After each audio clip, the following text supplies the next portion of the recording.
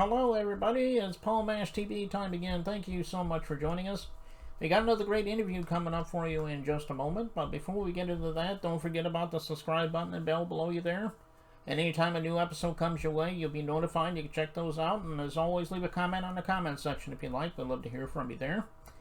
And if you're on Facebook, go to facebook.com/Paul Mash TV. And feel free to follow us there, send us an inbox, even comment on the things you see there. And if you'd like to email us, it's paulmashtv, all one word, at gmail.com. And if you're a band or even a solo artist that wants to be on the show, email me and we'll tell you how to do that. But we also love fan mail as well. So if you're just simply a fan, just email us and we'll talk to you there. And all this is going to be recapped at the closing credits at the end of the show, so stay tuned for that. From Washington, D.C. today, we have Clayton Savage. He's a very awesome artist, and I think you're going to agree. So we're going to get to that in just 1 second, but before we do, here's a quick word from Galtar, the guitar made specifically for a woman. So don't go away, we'll be right back right after this.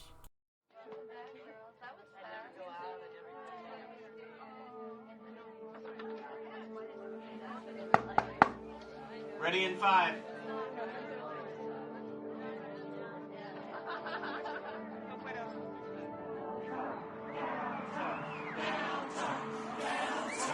Darling, when nothing else seems to match up. Galtar, the musical apparel that fits any outfit. Galtar, bringing heaven to earth, one gal at a time. GaltarHeaven.com. Okay, we're back, and with us from Washington, D.C., we have Clayton Savage with us today. Thanks for joining us, Clayton. Hey, how you doing there, Paul? Oh, I'm doing... Thanks for having me. Yeah, no problem. We're glad to have you here. I started by the obvious question about how you got started in the music business, because, you know, everyone has their own story. I'm sure you always wanted to be an artist since you were a little kid, but tell us in your own words. Okay. Well, I'm not trained by any means. I play by ear. Around 13, someone put a guitar in my hand and I just played. 17, I got to do. Around 18, I got to deal with Sugar Hill Records as a producer, a writer, a session musician, and an artist. I became part of Melly Mel and the Furious Five. Moved on to Capitol Records, and and all into the industry from there. But at 13 to 17, I was performing around the Norfolk, Virginia area. I had a professional band and we were performing, playing military bases and clubs and things like that. So. Well, that's quite a story. I'm glad you're doing what you're doing. I hope you have a bunch of years left ahead of you in the music. I sure do. So, I sure do. I sure do, man. What were some of the influences you had growing up? Like the mainstream artists and stuff. I mean, I'm sure you had a few of them. Well, honestly, a little bit of everything. I took from the pros.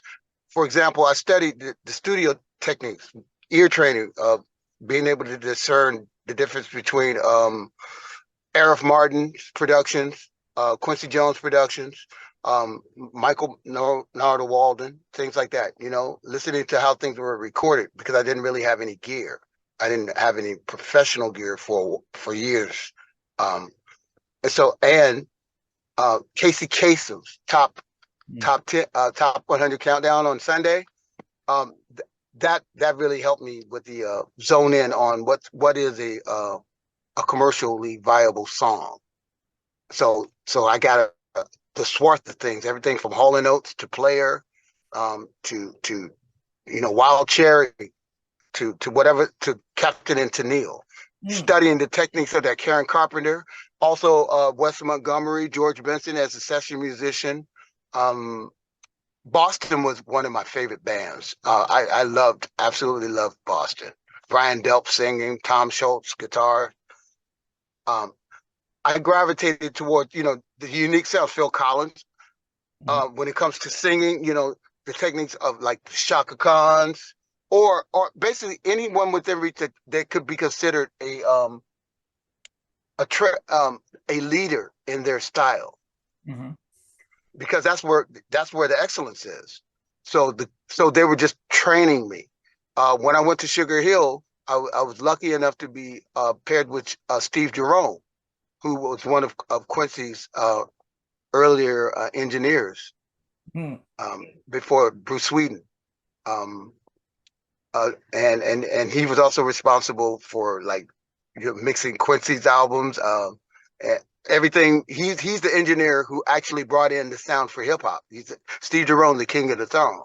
He and his brother Bill Jerome wrote many hits. They had quite a career themselves, and so he actually trained me, and taught me, the art of engineering. And then one of his other proteges became my mentor, Chris Lord Alge and Tom Lord Alge. They both engineered on my solo album for Capitol. And so, I just sat in those studios and, and was patiently studying, what was going on. I was around all the big gear equipment, but I've always just been a patient learner, just focused. Back in Virginia, there were heavy jazz musicians, that's really what was going on at that time. Felipe Wynn, Connie Parker, but we're also known for Gary U.S. Bonds. Clarence Clemens is actually from my neighborhood, and so a lot of great musicians. Hampton, the Vibes. I'm sorry, I can't think of his first name. Lionel Hampton, I believe, with the Vibes. Yeah. So, it's always just been that mark of excellence. When I lived in Minnesota, I played with the band, the West Side Band, who actually won the first round of Star Search. The guitarist that I replaced actually Dave Barry went to play for Janet Jackson. He's the one on Black Cat. And West Side themselves was an excellent band with great musicians. So, so that's kind of like, and the Sugar Hill, I replaced the house musicians. However, we still would collaborate. So there's Doug Wimbush, and folks of that level, Keith LeBlanc, just all top guys. I mean, a lot of all that stuff from Philly, everything flows through the music industry. It's all really just like one smorgasbord. There's no such thing as a single person creating a hit. It's always a combination. That's why you got so many tracks, 24 to 48, so you can get the best of everything. So, I started recording he just passed last year, Linus Guest Studios in downtown Norfolk, Virginia. That was the very early stepping stone for a lot of Black acts. I mean, for there to Live Oak Sounds, what became Master Sound, which was the studio that Timberland bought. I was recording there and doing commercials. So, I've just always been that guy. Okay. Well, that's quite a story there. And there's a lot of artists that you just mentioned, especially Boston and a few others, I mean, especially the people that really pay the rate of music, like Quincy Jones and Casey Kasem's Top 40, and they were legends in their in their own right as well. So I can see a lot of that. We have to put the midnight special. Okay. Toto is a smorgasbord of session musicians that played on everything. So whether you're listening to George Benson, that's how I learned what session musicians were. George Benson was a session musician. Ray Parker Jr. was a session musician. So you'd find these people on all these other tracks, and I began to denote what they each brought to something, in contribution to enhancing the track as an instrumentalist. Same with Phil Collins.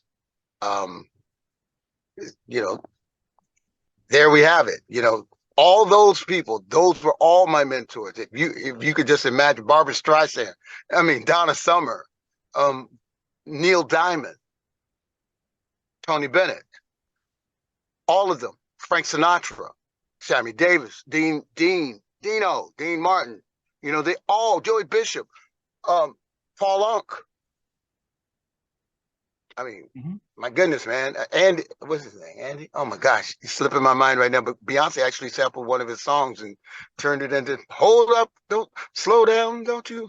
Andy Williams. There you go. Yep. Yeah, that's him. Yeah. I'm glad that you love all kinds of music, because as you know, we do all genres of music here on Paul Mash TV. So Well, after watching the video and everything in this interview, people may want to go follow you on social media or download your music on streaming formats, or you might even have physical copies of CDs or something. Tell everybody where they can do that. You can follow me at any of the the places they go on social media at the Clayton Savage, all one word. Okay. We've gotten to the point where they've simplified it, where we can edit our names now. So straight across the board, the Clayton Savage. But on Apple Music, Spotify, or any of the usual suspects, there I am, Clayton Savage. My latest album is called Legion. I have 5 albums out, but I've got quite a few more, including things I've done that I have never released, like the album with the West Side, and just I've probably got like 1,000 songs. So I'm going to be dropping all of that stuff very soon in rapid format, because I like to constantly stay contemporary and recorded. And, I don't, so. All right. And you're on streaming platforms as well, obviously. Yes, sir. Okay. YouTube. Okay. I like to think that's the Clayton Savage, but I think it's just Clayton Savage. You put Clayton Savage, you're going to get a couple of people. One's a bullfighter and the other's me. Oh, okay. But I was also a member of Grandmaster Melly Mel's Furious 5. So Melly Mel and I did an album together that became his album. It's my songs and his songs and me performing and playing all the instruments, mostly, and writing, and Scorpio's contribution. But there I am. I'm one of those Furious 5. And there I am. That's the hip hop. That's our whole hip hop with Sugar Hill legacy. And then moving into the Manhattan Records, where you find like C'est La Vie, Bernard Wright, and those guys, the Manhattan Records part. But I've kind of always been back there doing things, Nia Peebles, just places, just in places doing things, because that's the biz, Yeah, I know that's right, man. And like you said, go on YouTube, all the social media sites, all the streaming sites, download Clayton Savage's music, and I know he would love you for that. And the video that we're going to show you today is Anything. I'm sure there's a self-explanatory story behind this, but tell us in your own words the story behind the song. We'd love to hear it. Basically, she acts like she doesn't owe you anything. It's one of those things like I'm like very pro man. I'm a man. I know things from our perspective. You're taking all the dates, you're taking all the hits financially, you're driving all the distance. It's not that she owes you something, but she acts like she doesn't owe you anything, even her attention. You're treating her the best you can, like a star, like Rihanna. And it's just that's that kind of thing. Yeah, it's what yeah. Did you? Yeah. So I'm speaking up for the fellas on a lot of my tracks. That's just kind of my perspective. But it's multidimensional, because I do country. I mean, I have a gospel album. I'm a songwriter and a producer. So all music is accessible to me. It's all about whatever the story is to tell, more so than the genre that of the catalog category. So. Okay, well, I did listen to the song, and and it's a very great song, and I know everybody out there is ready to watch it, and we'll get to that in a second. But Clayton, we thank you so much for being on the show today. Anytime you want to come back and plug something new, give me a message or tell me somehow, and maybe we'll get you back on the show somehow. No problem, man. I'd love to come back, and I'd love to bring some other artists with me that I think is fantastic. That would be a benefit to know. Very talented. Yeah, well, we'll be looking forward to them. Like I said, we've had over 1,050 episodes, and I'm sure it'll keep growing. So. Yes, sir. Yes, sir. So without further ado, here it is, Anything by Clayton Savage, and it starts right now. See, I like she don't owe me anything. I will treat her like Rihanna. See, I like she don't owe me anything. For them trips and them whips, expensive cars and all them diamond rings, all that deal that I put on her. See, I like she don't owe me anything. Anything. Like, you're so full of it, I won't call it shit. You're so full of poo. think the song's about you. I just shake my head. You know that you've been red. Fine, I go to bed, cause I can sleep without you. I'm a freak again, cause I can sleep without you. Messing with my head, but I must live without you. Focus on my bread, pick up just instead. The partner's in my bed, don't wanna talk about you. Focus on my cup, time to fill it up. A million ain't enough, I must get my bread up. I'ma clown around, I don't do no favors. If you think I do, you must smell the vapors. Bullshit on again, save it for the papers. I'm focused on my bread, I must get my bread up. I must get my bread up. I must get my bread up. I must get my bread up. Get my focus on. Always there to say the bad things you hear about me. I like to see you pop the Chris without me.